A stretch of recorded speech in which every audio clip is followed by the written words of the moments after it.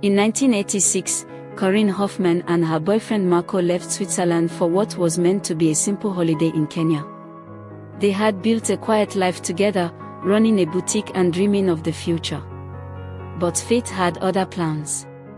Somewhere along the shores of Mombasa, under the blinding East African sun, Corinne saw a man who would change everything, a Samburu warrior named Katinga Lepamarijo. His tall frame, red ochre skin, and proud beaded adornment struck her like a spell.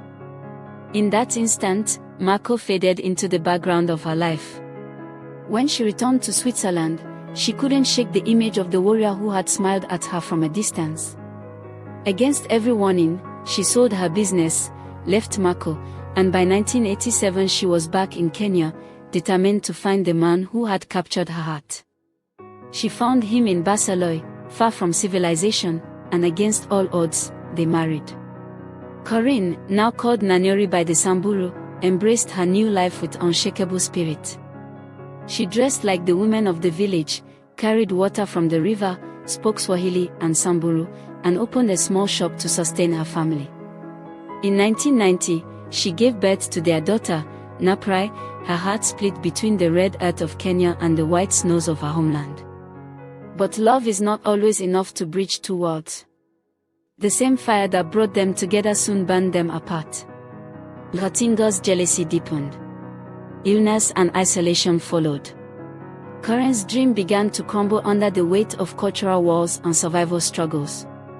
One night, terrified for her child's future, she fled with Napirai, leaving behind the man she once crossed continents for.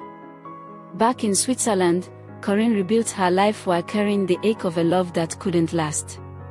Her memoir The White Maasai became a worldwide sensation, a story of courage, obsession, and loss. Napirai grew up far from the Samburu plains, quietly protecting her, and so, what began as a holiday became one of history's most haunting testaments to how far the human heart will travel, even when it cannot stay. Katinga searched the desert and the dust for the woman who had once shared his heart and his heart, but she was gone. In the late 1990s, he finally spoke, his voice carrying the weight of loss and pride. He said, "A white woman came into my life and took away my precious jewel, Napirai."